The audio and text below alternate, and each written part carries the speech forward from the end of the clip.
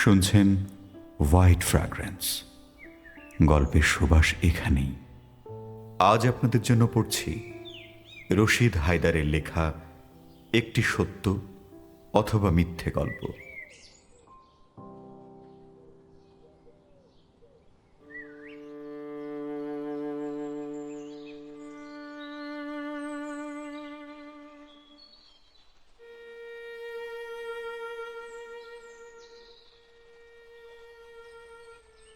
মূল গল্প শুরু করার আগে আমি একটা ভূমিকা দিতে চাই। সাইকেল থেকে নেমে হাত ঘড়ির দিকে তাকিয়ে দেখলাম প্রায় 2:30 বাজে। অফিস ছুটি হয়েছে 2টোয়। অফিস থেকে বাড়ি আসতে বড়জোর 10 মিনিট লাগে। পথে আড্ডা দিলাম কিছুক্ষণ। যখন সাইকেলে উঠলাম তখন খিদে আমার পেট একান্ত পরিচিত। বাড়ি ঢুকে আর সব দিনের মতো চিৎকার করে ডাক দিলাম ছোট বোনকে, নিনা, গোসলের পানি দে। নিনা রান্নাঘর থেকে বাইরে বেরিয়ে এলো। হাসি মুখে নয়, গম্ভীর। আর সব দিনে বলতো বাথরুমে পানি তোলা আছে, অথবা এই দিচ্ছি। কিন্তু সেদিন কোনো জবাব নেই। গম্ভীর হয়ে চুপ করে দাঁড়িয়ে রইল। আমি এগিয়ে গেলাম রান্নাঘরের কাছে। ফিরে আসতে হলো। রান্নাঘরের দরজার কাছে দেখলাম একটি মেয়ে, সাদা শাড়িতে খয়েরি ফুলের ছাপ, মাথায় ঘোমটা। মুখ দেখতে পাইনি মেয়েটার। চট করে মনে হলো ও নয় তো। কয়েকদিন আগে মার সঙ্গে দেখা করতে আসবে বলে কথা দিয়েছিল। অনুমান করলাম নিনা আসলে অভিনয় দেখাচ্ছে, আমাকে হঠাৎ চমকে দেবে এমন একটি ভাব মুখে নিয়ে অমন গম্ভীর হয়ে আছে। নিনা তখনও চুপ। একটু পরে মা উঠে এলেন। আশ্চর্য, মার মুখ গম্ভীর। অবাক হলাম সত্যি সত্যি। তাড়াতাড়ি বললাম, মেয়েটি কে মা? আমার বলতে ভয় করছে। কেন? তুই যদি রাগ করিস বলই না। মা তারপরে গল্প শুরু করলেন ধীরে ধীরে, পূর্ণ সমবেদনার সাথে। মার গল্পই মেয়েটার গল্প। পরে আমি মেয়েটিকে আরো কিছু কথা জিজ্ঞেস করেছিলাম। তার আগে মূল গল্পটা বলি। আমার বাড়ি দক্ষিণবঙ্গের একটি জেলায়। জন্ম হয়েছে কোথায় জানি না, আমাকে জানতে দেওয়া হয়নি, প্রয়োজনও বোধ করিনি। কেননা যাদের সাথে থাকতাম তারাই যখন আমার মা ভাই বোন, তখন তাদের জন্মস্থান যেখানে আমারও সেখানেই হবে। কোনোদিন কোনো প্রশ্নই মনে জাগেনি। আমার জন্মবৃত্তান্ত আমাকে আবার জানতে হবে। মানুষকে বলতে হবে সামান্য একটু সহানুভূতির জন্যে, সাহায্যের আশায়, আশ্রয়ের কামনায়। ছোটবেলা কেটেছে কলকাতায়, বড় হয়েছি সেখানে। পড়াশোনা করতাম স্কুলে। আমরা ছিলাম 5 বোন 1 ভাই। ভাই বড়, বোন ছোট। বাবা খুব আদর করতেন আমাদের। কোনোদিন কোনো দুঃখ কষ্ট বুঝতে পারিনি। কলকাতার মতো জায়গায় যা কিছু নিয়ে সুখে স্বাচ্ছন্দ্যে থাকা যায় তার কোনোটিরই অভাব ছিল না আমাদের। বাবা ছিলেন ইঞ্জিনিয়ার, ভাইকেও তাই করলেন। শুধু তাই নয়, বিলেত পাঠালেন বাবা। লক্ষ্য করলাম ভাইকে বিলেত পাঠিয়ে বাবা যেন কেমন হয়ে গেলেন। মা আর বড় বাবাকে বলতেন, কাজটা আমি ভালো করলাম না। আমার মনে হয় ওর ওখানে গেলে কিছু হবে না, এখানে থাকলেই পারত। আমি তখন অত শত বুঝতাম না, তবে ভাবতাম বিলেত যাওয়া তো খুব গৌরবের কথা, আনন্দের কথা। তবে বাবা কেন অমন করেন? এই ধারণা শেষ পর্যন্ত বাবাকে কলকাতা ছাড়তে বাধ্য করল। একমাত্র ছেলের চিন্তায় তিনি যেন কেমন হয়ে গেলেন। কাজকর্ম ঠিকমতো করেন না, উপার্জনের দিকে খেয়াল নেই, কেবল মাকে বলতেন, চলো দেশে চলে যায়, আর নয় এই বিদেশে পড়ে থাকা। বাবার আচরণ দেখে আমার কেমন যেন ভয় করত। বড় বেশি কাছে যেতাম না, অথচ বাবা আমাকেই কাছে ডাকতেন বেশি, আদর করতেন খুব, আর মাঝে মাঝে বলতেন, আমি মরে গেলে তোর খুব কষ্ট হবে না রে। বাবা তোদের বলতেন না, শুধু তোর বলতেন কেন তা আজ বুঝতে পারছি। অথচ এই সত্যটা যেদিন প্রথম জানলাম, সেদিন মরার কথা চিন্তা হয়েছিল। কিন্তু এদের সকলের স্নেহ, ভালোবাসা সব কিছু উপেক্ষা করে মরতে নিজেকে বড় স্বার্থপর মনে হলো। অথচ আজ আমার স্বেচ্ছায় মরে যাওয়া উচিত, কিন্তু আমি বাঁচতে চাই। পৃথিবীতে বাঁচার অধিকার আমার আছে। সেই জন্মগত অধিকারকে আমি নিজেই যদি বিসর্জন দেই, তাহলে আমার মতো আরো কতজনকে তো মৃত্যুবরণ করতে হয়। এই সুন্দর পৃথিবী, এখানকার আলো, বাতাস, লোকজন সবই আমার পরিচিত। তবু কেন আমার আশ্রয় জুটবে না? তাহলে আল্লাহর অস্তিত্ব মিথ্যে। দেশে চলে এলাম। জানলাম আসলে এটাই আমার আদি বাসস্থান। কিন্তু দেশে আসা আমার পক্ষে যে কতখানি ভয়াবহ আর দুঃখজনক হয়ে উঠল, যা সারা জীবন কেঁদে কেঁদে বললে গল্প শেষ হবে অল্পক্ষণে, কিন্তু কিন্তু চোখের পানি ফুরোবে না। কানাঘুষে শুনতে পেলাম আমি নাকি পালিতা মেয়ে। বিশ্বাস করিনি, কিন্তু যে কথাটা প্রায় আমাকে শুনতে হয়, সেই কথাটার সত্যতা কতখানি তা প্রমাণ করবার জন্য বাবাকে বললাম, আমি নাকি পালিতা মেয়ে। কে বলেছে রে? কেন ওরা বলে? খবরদার, খবরদার আর মুখে আনবি না এই কথা। বাবার কথা বিশ্বাস করলাম। ভাবলাম, আদর করে তো নিজের ছেলে মেয়েকে বলে, তোকে মাটি খুঁড়ে পেয়েছি, রাস্তায় পড়ে পেয়েছি, এক ভিখিরির সন্তান তুই, এমন কত কি। ভুলে যেতে চাইলাম আস্তে আস্তে। ইতিমধ্যে মা মারা গেলেন। ভাইয়ের তখন বিলেত থেকে আসার সময় হয়েছে। বাবা খবর দিলেন। ভাই সে খবরে কোনো জবাবই দিলেন না। বাবা যেন দিন দিন কেমন হয়ে যেতে লাগলেন। সারাদিন প্রায় বাসায়ই থাকেন, শুয়ে বসে কাটান, আবার সেই কানাঘুষা। আমি পালিতা মেয়ে। একদিন প্রায় মরিয়া হয়ে বাবাকে বললাম, বলতে হবে আপনাকে আমি কে, আমার পরিচয় কি? বাবা জবাব দিলেন না সেবার। দুহাতে মুখ ঢেকে কেবল কাঁদলেন। বুঝলাম, আসলে সত্যি তিনি বলতে চান না। তাহলে তাহলে মা বলেননি কেন? পরে জানলাম, মাকে বাবা শাসিয়ে রেখেছিলেন, বললে নাকি নিস্তার নেই। ভাগ্যিস যাকে মা বলে জেনেছি তিনি আগেই মারা গেছেন। কিন্তু আমার প্রশ্নের জবাব পেলাম কই? আমি আর আগের মতো হাসি খুশি থাকতে পারিনি, কেবল মুখ গুঁজে কাঁদতে ইচ্ছে করে।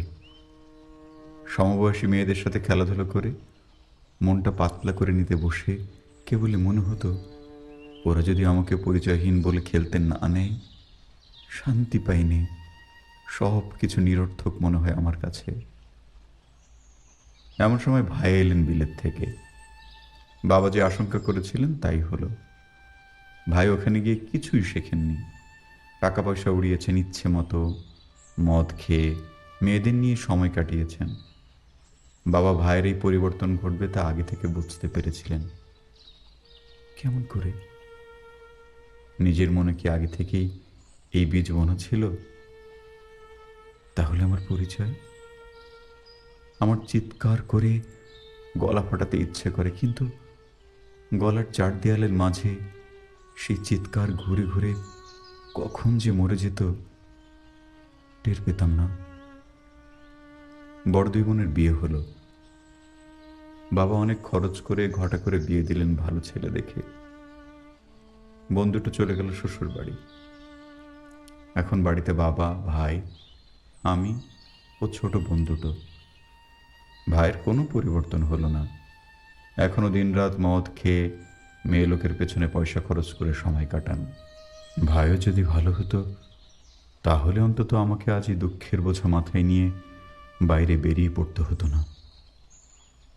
বাবার প্যারালিসিস হলো, আর আমার জীবনে বইল দুঃখের ঝড়। বেশ বড় হয়েছি, লেখাপড়াও শিখেছি কিছু, কিন্তু ম্যাট্রিক দেয়া হলো না।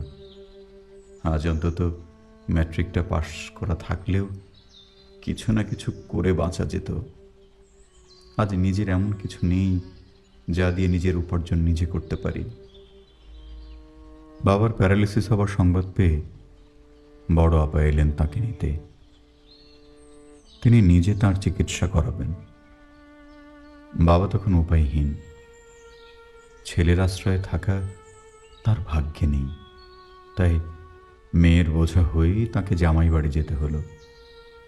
যাওয়ার সময় আমাকে বললেন, মা, তোকে এত বড় করেছি, কিন্তু কর্তব্য এখনো শেষ করতে পারিনি। বিয়ে দেওয়া সম্ভব হলো না আমার পক্ষে। তোর ভাইও যে তোকে বোনের মতো দেখবে বিশ্বাস হয় না। তুই চলে যা। বাবা এই কথাগুলো বলার সময় কাঁদলেন না, কিন্তু গলার স্বরটা অস্বাভাবিক রকমের ভারী। বাবার অমন গম্ভীর কণ্ঠ আমি কোনো দিন শুনিনি। আমার কান্না দেখে তিনি সান্ত্বনা দিলেন না, কিছু বললেন না, শুধু 20টি টাকা হাতে গুঁজে দিলেন।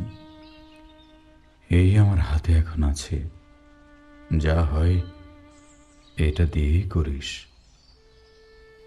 আল্লাহর হাতেই তোকে তুলে দিলাম। আমাদের ওখান থেকে এখন দুটো মেয়ে ঢাকায় আসছিল।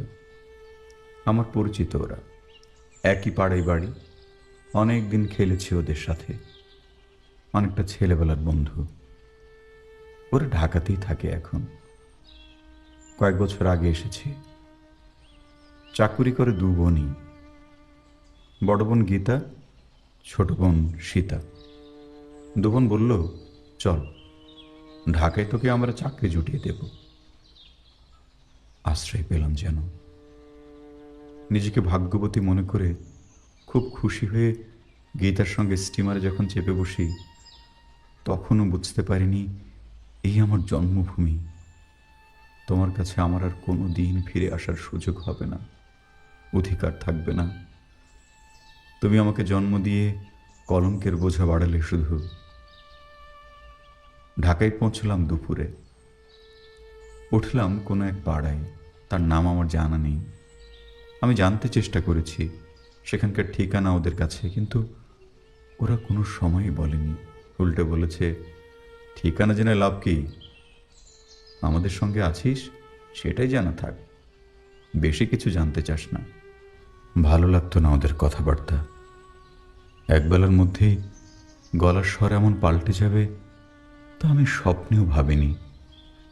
সেদিন বিকেলেই এক ভদ্রলোক এলেন। গীতা আমার সঙ্গে পরিচয় করিয়ে দিল। আমার সবুর ভাই, আমাদের ছেলেবেলা থেকে দেখে আসছেন, আপন ভাইয়ের মতো আদর করেন। বিশ্বাস হলো না, কোনো দিনও এদের এমন ভাইয়ের নাম আমি শুনিনি। এ আবার কোত্থেকে এলো? মুখে কিছু বলতে সাহস পাইনি, কিন্তু ভীষণ ভয় করতে লাগলো। তবে কি গীতা সীতার অধঃপতন ঘটেছে? আমার অনুমান মিথ্যে নয়। ওরা আমাকে সিনেমায় নিয়ে যেতে চাইলো, আমি রাজি হইনি। এর ফল ফুলল রাত্রে। সবুর, গীতা ও সীতা আরও 3-4 জন লোক নিয়ে বাসায় এসে মদ খাওয়া শুরু করলো। আর আমি ভাবতেও কেঁপে উঠছি, মানুষ কত নিচে নেমে গেলে এত বিশ্রী ও জঘন্য আচরণ করতে পারে। হে, আমি কোথায় এলাম? এর চেয়ে আমার জন্মভূমিতে মাথা খুঁড়ে মরলেও শান্তি ছিল। কিন্তু কি করি, উপায় কি? ভাবতে পারছিলাম না, কাঁপছিলাম থরথর করে। গীতা এসে বলল, আয়, আমরা যা করি তোকে তাই করতে হবে। না, আমি পারবো না, ভালো হবে না বলে দিচ্ছি। আচ্ছা, অপেক্ষা কর। ঘরে গিয়ে আমি সাজগোজ করতে লাগলাম। গীতা বুঝল আমি সেজে গুজে ঠিকই আসব। ওরা তখন মদ খেয়ে বুঁদ হয়ে এসেছে। সেই ফাঁকে আমিও এক দৌড়ে পালিয়ে এক বাড়ি গিয়ে উঠলাম। চিনি না, জানি না, কিন্তু আশ্রয় মিলতে পারে এমন একটি বাড়ি গিয়ে দরজায় ধাক্কা দিতে এক বুড়ি দরজা খুলে দিল। এইখান থেকে আমার জীবন আরেকটি বাঁক নিল। বিশ্বাস এলো পৃথিবীতে তখনও ভালো মানুষ আছে এবং এজন্যই দুনিয়া যথানিয়মে চলছে। বুড়ি সব শুনল আমার কাছে, আশ্রয়ও দিল। ভয় তখনকার মতো কিছুটা কমলেও নতুন করে ভয় হলো। কদিন রাখবে এই বুড়ি? এক সময় না এক সময় বিরক্ত তো হবেই। তখন আবার আমি আমি দাঁড়াবো কোথায়? কি করলে বুড়িকে খুশি করা যায়? সকালে দেখলাম বুড়ির উপার্জনের পথ কাটা কাপড় সেলাই করে পারিশ্রমিক নেওয়া। আমার সেলাই ডিপ্লোমা আছে। মন প্রাণ দিয়ে খেটে বুড়িকে খুশি করার কাজে লেগে গেলাম। তবুও ভয়, ওরা যদি আমাকে আবার ধরে নিয়ে যায় কিংবা বুড়ি বের করে দেয়। আমি ভাবতে পারিনি আমার সমস্ত চেতনা লোপ পেতে চায় একসঙ্গে। হাই খোদা, তুমি তামাশা দেখো আর আমি কিনা তার শিকার। মনে হয় এ আমার ব্যর্থ আর্তনাদ বা প্রতিবাদ কার কাছে জানাবো এ কথা? আল্লাহ তো নিজে এসে আমার আশ্রয় দিয়ে যেতে পারে না। মানুষ যদি তামাশা দেখে মজা পায় তাহলে 10 চক্রে আল্লাহর ভূত হতে কতক্ষণ? মেয়েটির দীর্ঘ জীবন ইতিহাসের এইটুকু আমরা পেয়েছি। লক্ষ্য করলাম মা আর নিনার চোখ মুখ বেশ ভারী। স্পষ্ট টের পাওয়া যাচ্ছে এরা কেঁদেছে মেয়েটার সাথে। বললাম, মেয়েটা কতক্ষণ এসেছে? গোটা দশকের ওদিকে। পাশের বাসার ভদ্রলোক 5টা টাকা দিয়েছেন। মেয়েটা কি সাহায্য চাইতে এসেছে? না, একটা চাকরি চাই মেয়েটা। চাকরি? বুঝতে পারলাম, আবেদন উঁচু দরের। তাহলে কি মেয়েটি সত্যি অভাবে ও বিপদে পড়েছে? হবে হয়তো, নচেত এমন একটি করুণ কাহিনী শুনিয়ে কিছু সাহায্য চাইতে পারত। চুপ করে রইলাম কিছুক্ষণ। মা বললেন, মেয়েটিকে ডাক দিই। দাও। ধীরে ধীরে মেয়েটি এলো। ধারণা ছিল বেশ বয়স্ক হবে, কিন্তু স্পষ্ট বোঝা যায় বয়স এখনো 20 পার হয়নি। চিন্তা ভাবনায় বয়স কিছুটা লাফিয়ে বেড়ে গেলেও সৌন্দর্যের সীমারেখা পার হতে পারেনি। গায়ের রং উজ্জ্বল শ্যামলা। মাথার কাপড় দিয়ে থাকার জন্যে চুলগুলো কোনো সময়ে দেখতে পাইনি। হাতে একটি ছোট্ট ব্যাগ। এমন একটি মেয়ে পথে বেরোতে পারে এটা ভাবতে আমার গা শিউরে উঠল। মেয়েটি চুপচাপ দাঁড়িয়ে। জিজ্ঞেস করলাম, আপনার নাম কি? শাহনারা বেগম। বাড়িঘরের কথা যা যা শুনলাম তা সব ঠিক? জি। আপনি এখন কি করতে চান? যা পাই তাই করব। এখন মাথা গুজবার মতো একটা ব্যবস্থা চাই শুধু। চাকরি হলে তো পেট চলবে, থাকবেন কোথায়? মেয়েটি অসহায়ের মতো মুখের দিকে তাকালো। মুখটা শুকনো, চিন্তা ভাবনায় চেহারা অনেকটা পাংশু হয়ে এসেছে। হঠাৎ মনে হলো মেয়েটি যে কাহিনী শোনালো এর কতটা সত্যি।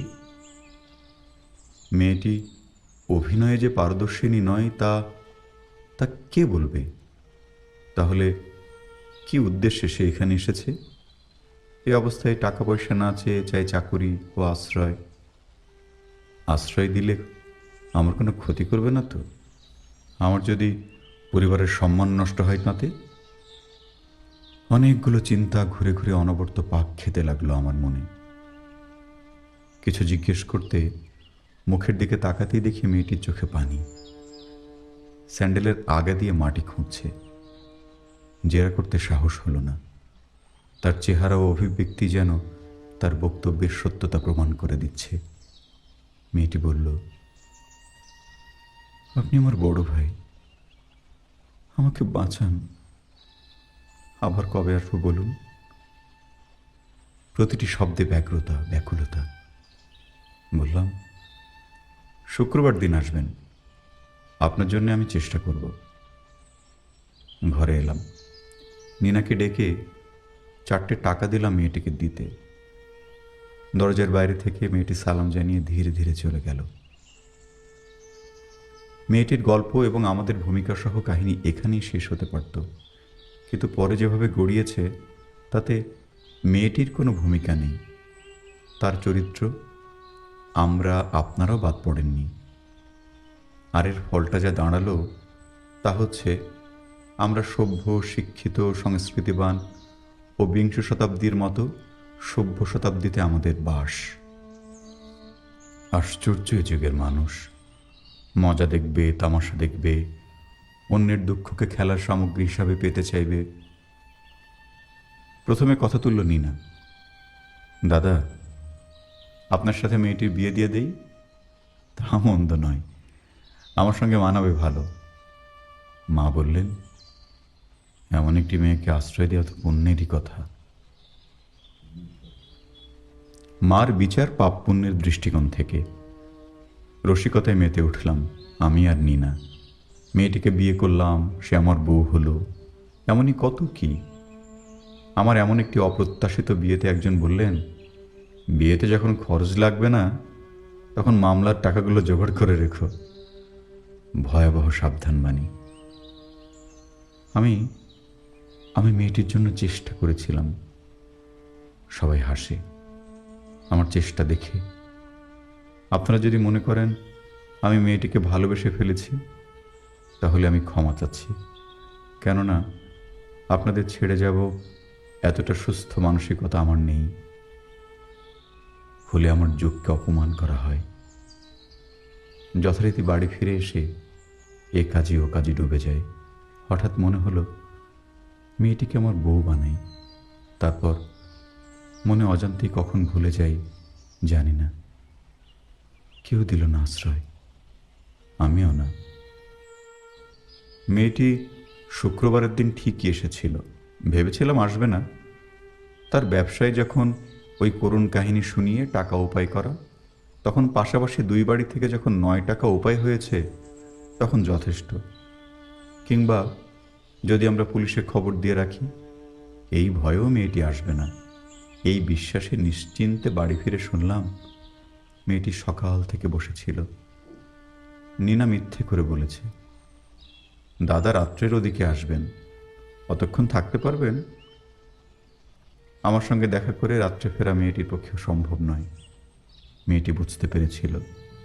বলেছে, আবার কবে আসব? আসবেন আরেকদিন। সে কথায় কোনো আন্তরিকতা ছিল না। একটা জবাব না দিলে নয়, তাই দিয়েছে নিনা। মেয়েটি আর আসেনি। আমরা এখনো মেয়েটিকে নিয়ে রসিকতা করি।